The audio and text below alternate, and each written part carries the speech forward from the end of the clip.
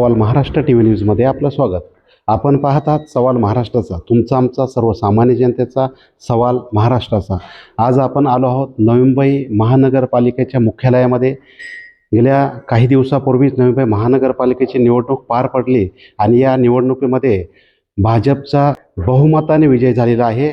या विजयानंतर महापौरपदी सुजाता सुरज पाटील हे विराजमान झालेले आहे. आपण त्यांच्याकडे जाऊया. परिस्थिती महानगरपालिकेची आहे आणि इथून पुढं कशा पद्धतीनं ते महानगरपालिकेचा अजेंडा सांभाळणार आहेत.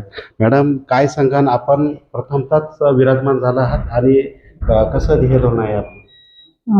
आज आदरणीय गणेशजी नाईक साहेबांच्या नेतृत्वात भारतीय जनता पक्षाच्या माध्यमातून महापौर म्हणून या खुर्चीवर विराजमान होत असताना ही मला आदरणीय गणेशजी नाईक साहेब असोत किंवा आमचे नेते नरेंद्रजी मोदी साहेब असोत किंवा देवेंद्रजी फडणवीस साहेबांनी मला ही संधी दिलेली आहे आणि ह्या संधीला मी एक आव्हान समजते आणि ह्या महापौर पदाची गरिमा राखून आपल्या नवी मुंबई शहरासाठी जे दादांनी विजन दिलेले आहेत त्या विजनाच्या अंतर्गत काम करून नवी मुंबईचं चांगल्या पद्धतीने डेव्हलपमेंट करायचं माझं हेतू आहे. वनमंत्री नवी मुंबईचे शिल्पकार म्हणून ज्यांना ओळखलं जातं गणेश नाईक यांच्या नेतृत्वाखाली संपूर्ण टीम या महानगरपालिकेमध्ये काम करणार आहे आणि त्या अनुषंगाने महापौर यांनी सांगितलेलं आहे की जे विजन गणेश नाईक यांनी ठेवलेलं आहे ते विजन पूर्ण करण्याचं काम आम्ही करणार आहोत 100%. तर मॅडम, आपण येणाऱ्या काळामध्ये आपलं विजन काय असणार आहे महानगरपालिकेत? मागे झालेल्या निवडणुकामध्ये मला सर्वाधिक महिलांमध्ये मतदान पडलं आणि प्रभागातील जनतेने माझ्यावर विश्वास ठेवला. तोच विश्वास माझ्या पक्षाने माझ्यावर दाखवला, आदरणीय गणेशजी नाईक साहेबांनी दाखवला. त्यांचे विजन जे पाणी पुरवठाबाबत असो किंवा आरोग्य, शिक्षण, महिला सक्षमीकरण, स्वच्छता आणि परिवहन ह्या सर्व बाबतीत प्रामुख्याने मला भरघोस असं काम करायचं आहे आणि हे माझं ध्येय असणार आहे. आज नवी मुंबईमध्ये जो मागच्या कोरोनाच्या कार्यकालापासून प्रशासकीय राजवटीत जे बॅकलॉग कामाचं झालेलं आहे ते परिपूर्णपणे सामावून घेऊन आणि ते बॅकलॉग पूर्ण भरीव काम करून आम्हाला ह्या येत्या माझ्या कारकिर्दीमध्ये परिपूर्णाचं काम करायचं आहे. जे विजन आहे ते महापौरांनी सांगितलेलं आहे. तर मॅडम, आपण समाज कल्याण विभागही महानगरपालिकेमध्ये काम केलेलं आहे.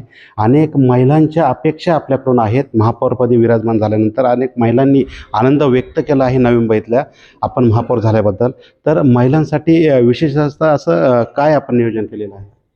2015 साली जेव्हा नगरसेविका म्हणून मी निवडून आले, त्यानंतर 2018 साली मला महिला बाल कल्याण समितीचं सभापतीपद भूषवायची जबाबदारी आदरणीय गणेशजी नाईक साहेबांनी दिली आणि त्या जबाबदारीचं मी पूर्णपणे पालन करत महिलांसाठी विविध योजना आणल्या. त्यामध्ये विधवा महिलांसाठी जे योजना आहे की कर्त्या पुरुषाच्या निधनानंतर 2 वर्षाच्या आत त्या महिलेला एक रकमी असा अमाऊंट मिळेल आणि त्या महिलेला स्वतःच्या पायावर उभं राहायचा प्रयत्न करता येईल.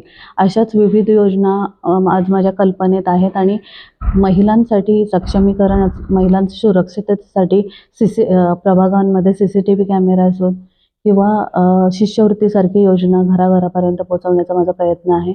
आणि महिला बाल कल्याण समितीमध्ये समितीच्या धोरणात राहून मी काम केलं. आज महापौर पदावर असताना सर्व समित्यांमधून जे ठोस काम मला करता येईल त्यासाठी मी महिलांसाठी ते सर्व कामे करणार आहे आणि महिलांना सक्षमीकरणासाठी हाताला रोजगार मिळण्यासाठी माझा प्रामुख्याने ध्येय असणार आहे. ह्या होत्या नवी मुंबई महानगरपालिकेच्या नवनिर्वाचित महापौर सुजाता पाटील.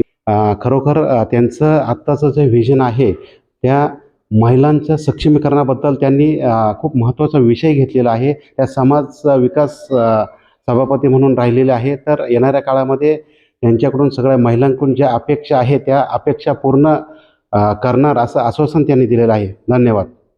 संपूर्ण महाराष्ट्रातील ताज्या घडामोडी जाणून घेण्यासाठी सवाल महाराष्ट्राला सबस्क्राईब करा आणि दाबा बेल आयकॉन आमच्या रोजच्या अपडेट्स पाहण्यासाठी. धन्यवाद.